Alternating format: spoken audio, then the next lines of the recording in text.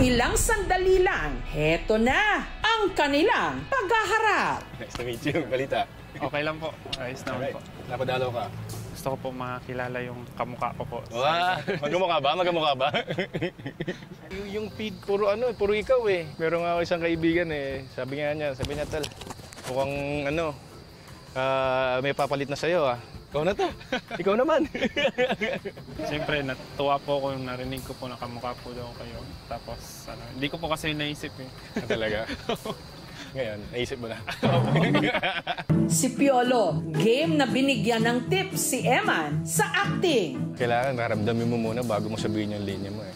Kaya nga yung ginawa ko sa isang pelikula yung I deserve an explanation. I deserve an acceptable reason. Ang galing dito. Yes. Ikaw nga? I deserve an explanation. I deserve an acceptable reason. Manalo. Yes, thank you. Kinabalo ko din. Ito na yung fight mo. Ang galing mo eh. Thank you po. Paglaki ko, gagayahin kita. Kaya nagbo-boxing ako. Laban tayo. Hindi, joke lang.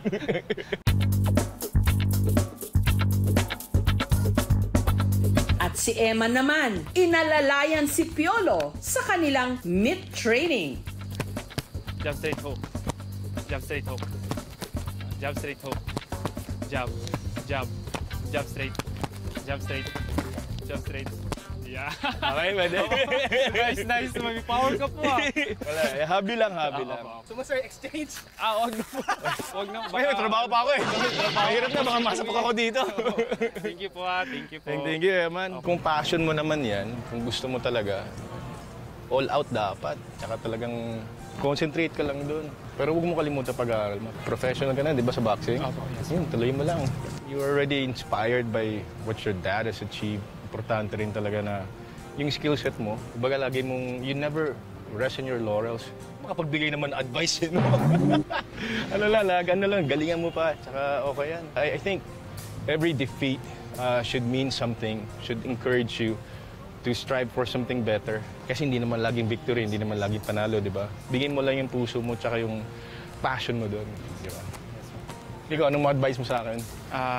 Continue to serve God para more improvements on acting po. Yes, sige. Okay, so. Gagawin ko yan.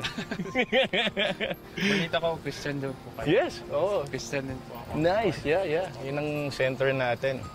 Pag wala kang Diyos sa buhay mo, mahirap. Kumbaga, wala kang peace. Mas mabuti na yun na meron kang Panginoon para alam nyo po at secure po yung landas na tatahakin. Amen. Ladies and gentlemen, Piolo Pacquiao! Ako po si Eman Pacquiao. Ako po si Piolo Pacquiao. IKMJS na yan. IKMJS na yan.